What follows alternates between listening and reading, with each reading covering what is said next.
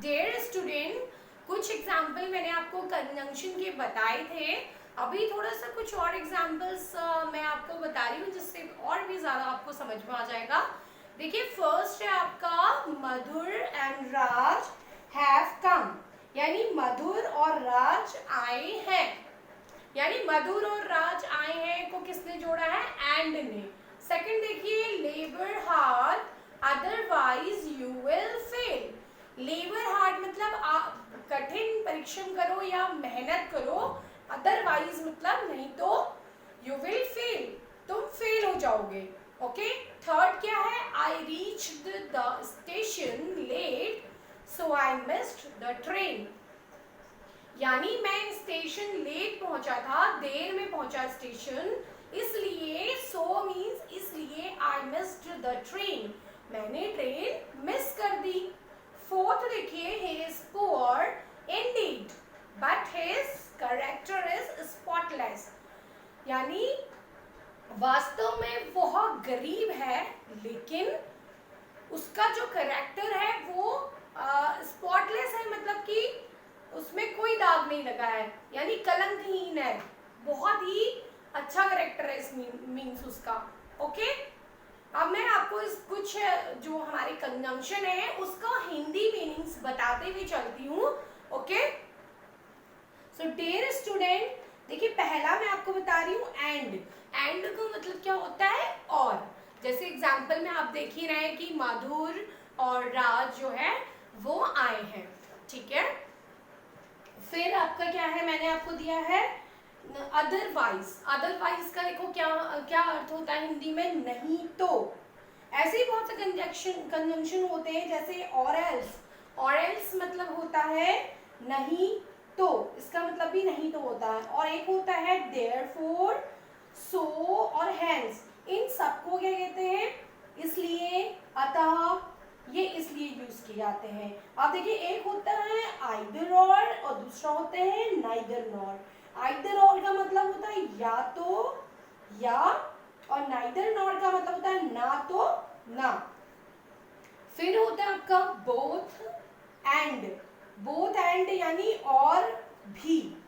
अभी आपको ना इसको थोड़े से मैं एग्जांपल्स भी बताते हुए चलती हूँ ताकि आपको और भी समझ में आए। मैंने आपको क्या बोला था? और एल्स, है ना, या देयरफॉर, सो, इन, सॉरी, और एल्स मतलब नहीं तो बोला था मैंने। इसका एक एग्जांपल जैसे मैं आपको देती हूँ, हरी अप और else you will miss the train. यानी जल्दी करो नहीं तो गाड़ी छूट जाएगी। ओके। तो आप समझ रहे होंगे कि और एल्स मतलब नहीं तो। अब मैंने आपको क्या बोला था? देयरफॉर, सो, हैंस। इसका जो हिंदी मीनिंग क्या होता है? इसलिए, अतः, है ना। इसका एक एग्जांपल देखिए, mister Roy is ill therefore he has not come. यानी मिस्टर जो रॉय है वो बीमार है, देयरफॉर इसलिए वो नहीं आए। ओके। नेक्स्ट इज आइदर और। आइदर और का एक एग्जाम्पल देखते हैं। आइदर यू और your brother stole my watch. या तो तुमने या तुम्हारे भाई ने मेरी घड़ी चुराई है। Okay. Neither nor. Neither nor का एग्जाम्पल देखते हैं। He is neither my friend nor my enemy. ना तो वो मेरा दोस्त है और ना ही मेरा एनिमी मीन्स क्या होता है? दुश्मन। और एक मैंने बोला था आपको बोथ एंड। बोथ एंड का जो हम सेंटेंस है वो मैं आपको बताती हूँ। बोथ एंड का मतलब क्या होता है? और भी। और भी। ठीक है। अब इसका एग्जाम्पल देखते हैं। I both love and honour him. यानी मैं उससे प्यार करता हूँ और उसका आदर भी, उसका सम्मान भी करता हूँ। इट मीन्स, ठीक है। फिर नेक्स्ट हमने क्या बोला था आपसे? So that. सो दैट का मतलब क्या होता है? इतना की। इतना की। इसका एक एग्जाम्पल मैं आपको दे रही हूँ जो है, he was so weak that he could not walk. यानी वह इतना कमजोर था कि चल नहीं सकता था। ओके। वो इतना कमजोर था कि चल नहीं सकता था। ऐसे ही हमारे और भी कंजंक्शन है, जैसे आपका बट मीन्स आप सबको पता है क्या होता है, लेकिन। जैसे एक एग्जाम्पल है इसमें, आपको यहाँ पे भी दिया है कि he is poor Indeed but his character is spotless. आपको ये मैंने एक्सप्लेन कर दिया है। और एक होता है और मीन्स क्या होता है, या।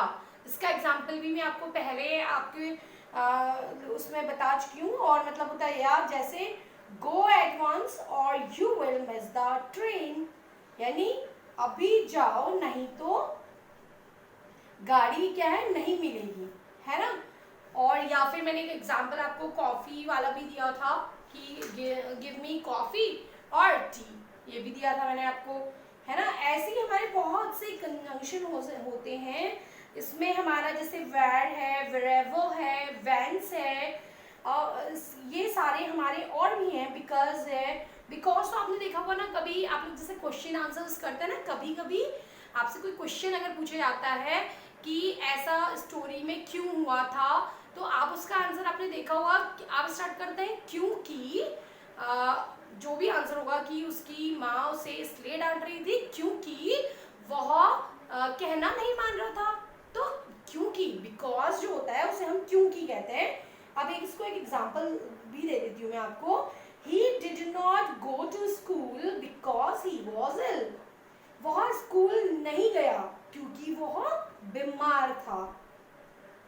अब देखिए सिंस है ना हमारा, सिंस जिसको के क्या कहते हैं, सिंस। इसका एक एग्जांपल मैं देती हूँ। अब देखिए सिंस जिसका जो मीनिंग होता है हिंदी, उसे हम कहते हैं चूंकि। एक एग्जांपल देखते हैं, सिंस यू से सो आई बिलीव इट, क्योंकि तुम ऐसा कह रहे हो या ऐसा कहते हो इसलिए मैं विश्वास करता हूँ। ओके। अब एक आता है दैट, जो कि दैट मतलब ताकि, जैसे we eat that we may live, हम लोग खाते हैं ताकि हम लोग जिंदा रहें। ओके। आपने कई बार क्वेश्चन आंसर्स में दैट भी सुना होगा, कि और बिकॉज भी आप लोग यूज करते हैं। तो ये ना कनेक्टिंग वर्ड्स होते हैं, यानी जॉइनिंग वर्ड्स हैं, जो दो सेंटेंसेस या सेंटेंसेस, फ्रेजेस, क्लॉजेस, इन सबको क्या करते हैं, ज्वाइन कर सकते हैं। अब ऐसे तो बहुत से कंजंक्शंस हैं जिसका आपको हिंदी मीनिंग का मैं आपको इसको प्रोवाइड कराऊंगी कल आपको, जिसमें सारे कंजंक्शन होंगे, उसके हिंदी मीनिंग्स होंगे। ये आपका जो होगा वो आपका कॉपी में आपको वो करना होगा। Okay dear student. Now my dear student, after this I will tell you how many types of conjunctions are there, and one by one I will explain it. Okay. So firstly we see types of conjunctions. कितने होते हैं हमारे conjunctions के प्रकार? तो देखिए conjunctions are of two types. Conjunctions जो हमारे होते हैं वो two types के होते हैं, दो प्रकार होते हैं। फर्स्ट है हमारा है coordinating conjunctions और दूसरा हमारा है सबऑर्डिनेटिंग कंजंक्शन। अब इसको मैं वन बाय वन आपको बताती हूँ कि हमारा जो कोऑर्डिनेटिंग कंजंक्शन है उसे हम क्या कहते हैं, और हमारा जो सबऑर्डिनेटिंग होता है उसे क्या कहते हैं। जो हमारा कोऑर्डिनेटिंग जो हमारा शब्द है ना, इसका मतलब होता है कि समान कोटि, समान जो श्रेणी है इसका मतलब। ओके। इनका प्रयोग क्या होता है, हमेशा दो इक्वल रैंक और वर्ड्स, फ्रेजेस यानी कि शब्द समूहों, क्लॉजेस क्या होते हैं, वाक्यांश कहते हैं, और इन सेंटेंसेस वाक्यों को जोड़ने के लिए होता है, जो कि इक्वल होते हैं। अर्थात यानी कि अगर हम कहें समान इक्वल फंक्शन करने वाले शब्दों को जोड़ने के लिए किया जाता है, कोऑर्डिनेटिंग कंजंक्शन कहते हैं। और देखिए इसमें लिखा है कि coordinating conjunction joins together words, phrases and statements two of equal rank, यानी जो इक्वल रैंक के फ्रेजेस होते हैं, वर्ड्स होते हैं, उनको क्या करता है, ज्वाइन करता है। फिर है they connect things of equal value, वो चीज़ें जिनकी वैल्यू भी इक्वल होती है, इक्वल मतलब बराबर होती है, उनको ज्वाइन करते हैं, उन्हें हम कोऑर्डिनेटिंग कंजंक्शन कहते हैं। But you have to see some examples, जिससे आपको तभी समझ में आएगा कि कोऑर्डिनेटिंग जो कंजंक्शन है वो है क्या। ओके। डियर स्टूडेंट, देखिए when two sentences are joined a comma must be placed before the conjunction. यानी जब हम क्या करते हैं, टू सेंटेंसेस को ज्वाइन करते हैं यानी मिलाते हैं, तो जो जब उसके उसमें अब देखिए दो सेंटेंस को मिला रहे हो तो उसके बीच में मैंने बोला है कि कंजंक्शन यूज होगा, लेकिन आपको कंजंक्शन से पहले ना आपको क्या करना पड़ता है, उसमें कंजंक्शन से पहले आपको कॉमा लगाना पड़ता है। ये भी एक रूल है। जैसे कि मैं आपको बताती हूँ, जैसे एक एग्जाम्पल मैं आपको दे रही हूँ कि I played card for a while but then I played chess. तो वाइल के आपके क्या वो बात आ जाएगा, कॉमा आ जाएगा। लेकिन एक चीज का याद रखिए, जब आप एंड से कोई सेंटेंस ज्वाइन करते हैं ना, मिलाते हैं, तो एंड में कॉमा नहीं लगता है, लेकिन बट से पहले लगाएंगे। बट आएगा या कोई भी आएगा उससे पहले आप लगाएंगे। ये चीज का बस ध्यान रखें। एंड होगा तो एंड में आप कॉमा प्लीज ना लगाएं, नहीं लगाते हैं, ये रूल है। अब देखो मैं आपको बता रही थी ना मैं कि आपका क्या है, कोऑर्डिनेटिंग कंजंक्शंस बोले थे। अब हम ये देखते हैं कि there are 7 coordinating conjunction. Total हमारे जो कोऑर्डिनेटिंग कंजंक्शंस होते हैं वो सिर्फ 7 होते हैं। देखिए कौन कौन से होते हैं। फर्स्ट हमारा है फॉर, सेकंड हमारा है एंड, थर्ड हमारा है नॉर, फोर्थ है हमारा बट, 5 हमारा है और, 6 हमारा है यट और 7 हमारा है सो। अब इसके मैं आपको एक एक एग्जांपल्स देती हूँ। ओके, जैसे देखिए फॉर है ना, फॉर मीन्स क्या होता है, जैसे I am waiting for you, मैं आपके लिए रुकी हूँ, तो इसमें फॉर मतलब के लिए। एंड आपको पता ही है, एंड मीन्स और होता है। और नॉर का मैंने आपको बताया था, नाइदर नॉर में हम यूज करते हैं। जैसे कि मैंने बताया था ना कि he is neither my friend nor my enemy, ना तो वो मेरा दोस्त है ना ही मेरा दुश्मन है। ओके, और नॉट बट भी बता दिया आपको, बट मीन्स लेकिन होता है, और या में होता है हमारा। और इसके बाद हमने आपको क्या बताया था कि एक हमारा क्या है, यट में है ना।